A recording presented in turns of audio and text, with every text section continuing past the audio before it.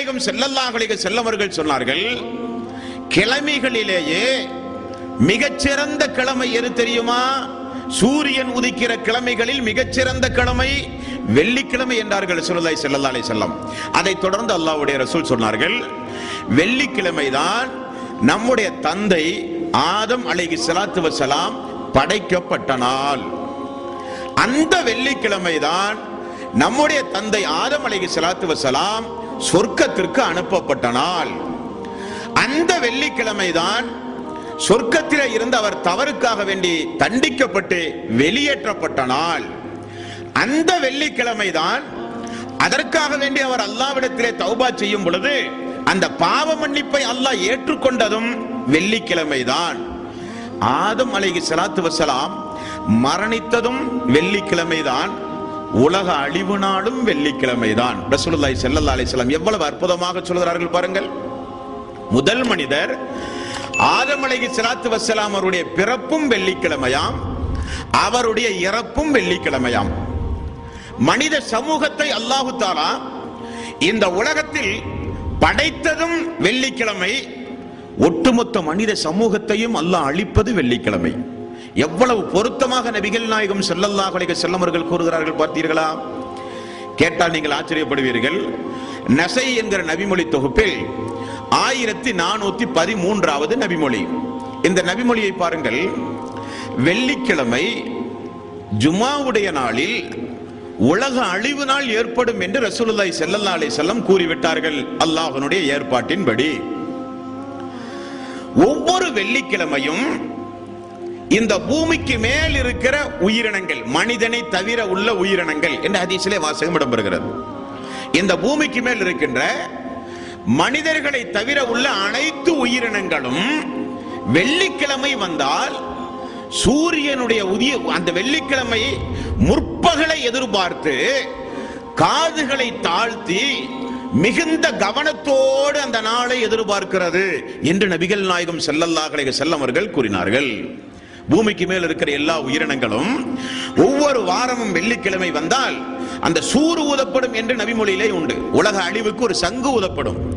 முதலில் அந்த ஊதுகோலை அந்த வானவர் இப்பொழுதும் கையில் ஒரு துணியை வைத்துக் கொண்டு துடைத்துக் கொண்டு ஊதுவதற்கு தயாரான நிலையில் தான் அந்த வானவர் இருக்கிறாராம்.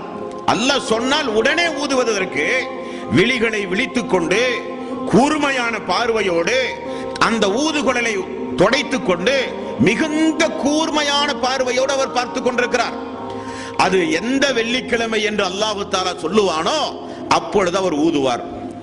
ஊதினால் இந்த உலகத்தில் மிகப்பெரிய ஒரு சப்தம் ஏற்படும்.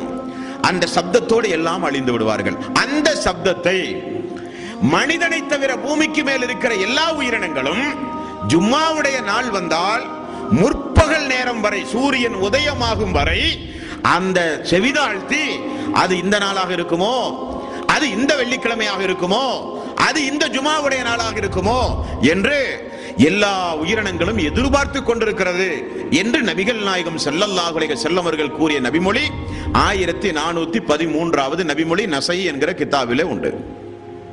அப்ப ஜும்மாவுடைய நாள் வந்தால் ரசூலுல்லாஹி ஸல்லல்லாஹு அலைஹி வஸல்லம் 4 ரக்காத்து தொழுகையை, வழக்கமாக தொழுகிற லொஹருடைய 4 ரக்காத்து தொழுகையை 2 ரக்காத்தாக மாற்றி அன்றைக்கு மக்களுக்கு தேவையான உபதேசங்கள், ஈமானுக்கு தேவையான, தக்வாவுக்கு தேவையான, மறுமைக்கு பயனுள்ள ரசூலுல்லாஹி ஸல்லல்லாஹு அலைஹி வஸல்லம் எவ்வளவு உபதேசங்களை ஜும்மாவுடைய நாளிலே செய்கிறார்கள். அந்த காரணம் என்ன?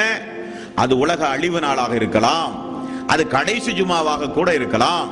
அல்லாஹ் நாடி உலக அழிவு நாள் வெள்ளிக்கிழமையாக இருந்து அந்த வெள்ளிக்கிழமை நாம் இபாதத்து செய்கிற நிலையில் அந்த வெள்ளிக்கிழமை வர வேண்டும் என்பதற்காக வேண்டி நபிகள் நாயகம் ஸல்லல்லாஹு அலைஹி வஸல்லம் அவர்கள் ஆக்கி வைத்திருந்தார்கள்.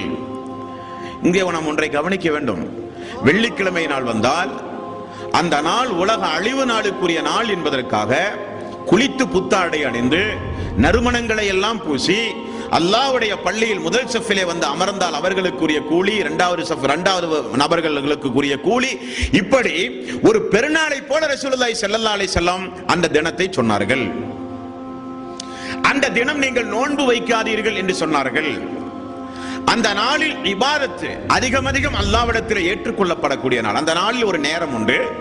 அந்த நேரத்தில் ஒரு அடியான் பிரார்த்தனை செய்யும் பொழுது அல்லாஹு தஆலா உடனே ஏற்று அவர்களுக்கு பதில் சொல்கிறான் என்றும் ரசூலுல்லாஹி ஸல்லல்லாஹு அலைஹி வஸல்லம் அவர்கள் கூறினார்கள். அப்படிப்பட்ட சிறப்புக்குரிய ஜுமாவுடைய நாளில் நம்மில் எத்தனை பேர்கள் அந்த ஜுமாவுடைய தொழுகையை தொழுகிறோம்? ஜுமாவுடைய நாளில் ஜுமாவுடைய தொழுகையை புறக்கணிக்கக்கூடிய மக்கள் உண்டு. ஜுமாவுடைய நாளில் இமாம் தொழுகை நடத்துகிற பொழுது வருகிற மக்கள் உண்டு.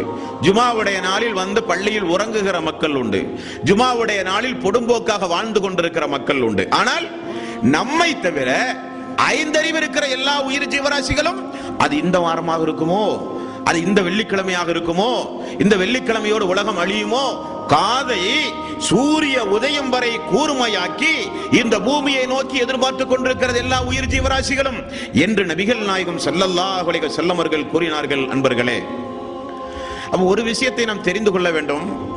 ஜும்மா வெள்ளிக்கிழமை நாளில் தான் நமக்கு இந்த உலகத்திற்கு அழிவு நாள் ஏற்பட போகிறது என்பது உறுதி.